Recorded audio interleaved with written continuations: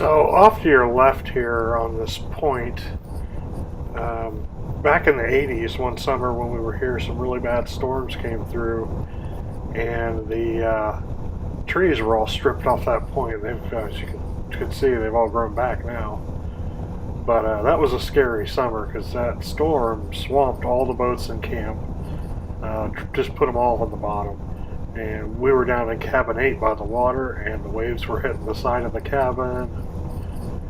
That was a bad year.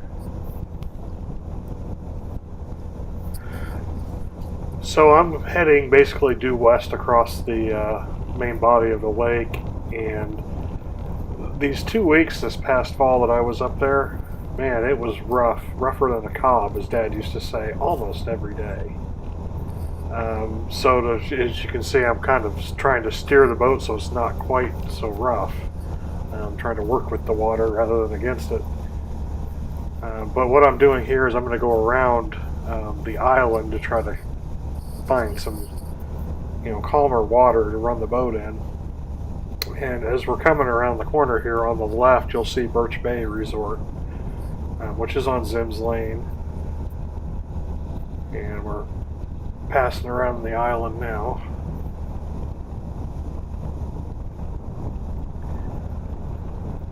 Yeah, the camera angle on this clip is a lot better than the other ones that I took because I actually put the GoPro camera up on the windshield instead of down on the console.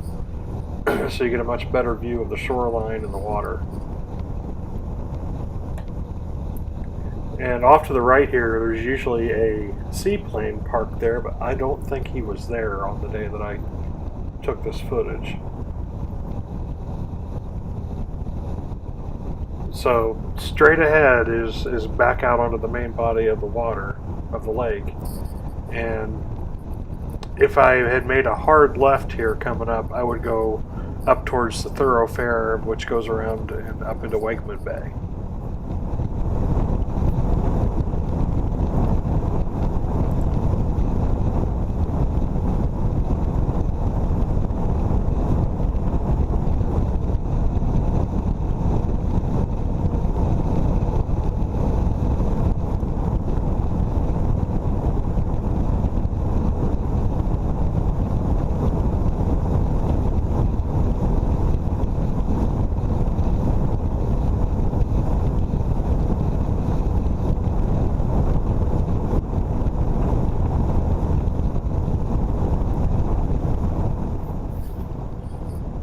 So I had actually considered going all the way into the north end, hoping it would be calmer, but it didn't look like it. In fact, if I remember correctly, I had been up in the north end earlier that day, and it was rough in the north end even, which usually isn't the case on Wabana. Usually it's pretty calm in the north end, and depending on wind direction, it's usually calm up in Wakeman as well, but it was rough in both places this day.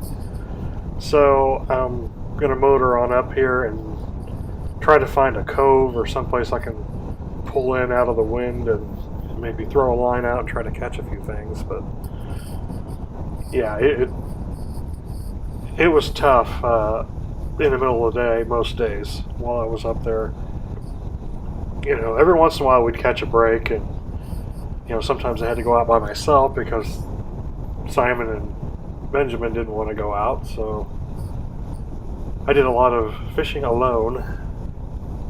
But I think now that I've got the hang of the camera, next year I am taking all of my equipment with me, and I think we're going to try to do our own fishing show. So I figure if I can shoot enough footage, maybe we'll make a weekly, episode by episode fishing show. I think the boys would really enjoy that. It'd be a good school project because they're homeschooled, so any type of creative arts project would be really great for them.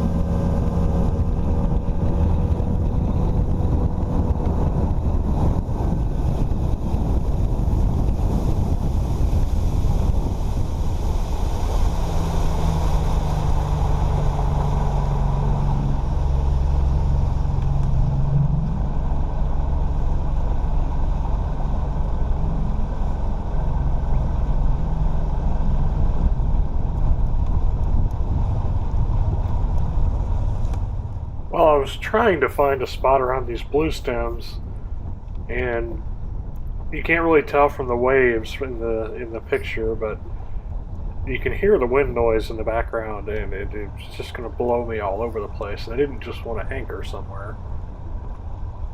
So, yeah, eventually I changed my mind here and end up going up into the cove that's up here around the corner. There's actually another boat launch over in this little cove, as you'll see, and I have never driven back there or launched a boat from this launch, but um, it looks promising. So I guess if the regular boat launch is ever too busy, I can make my way back here and use this one.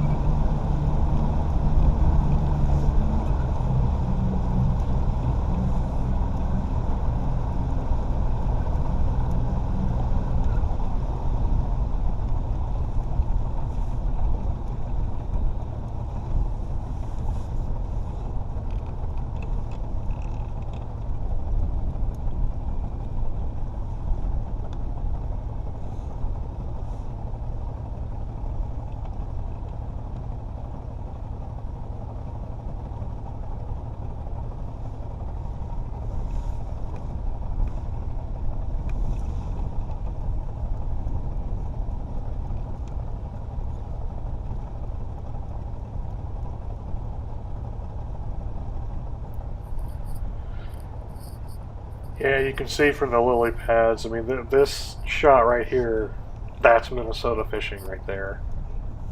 Once I shut the motor down, it's calm and peaceful and very little background noise. So I appreciate you taking the time to watch this, and please like the video and leave a comment if you'd like, and let me know how I could improve my videos. Obviously some fishing action shots would be nice. If you want to, please subscribe to my channel, and as always, have a good night.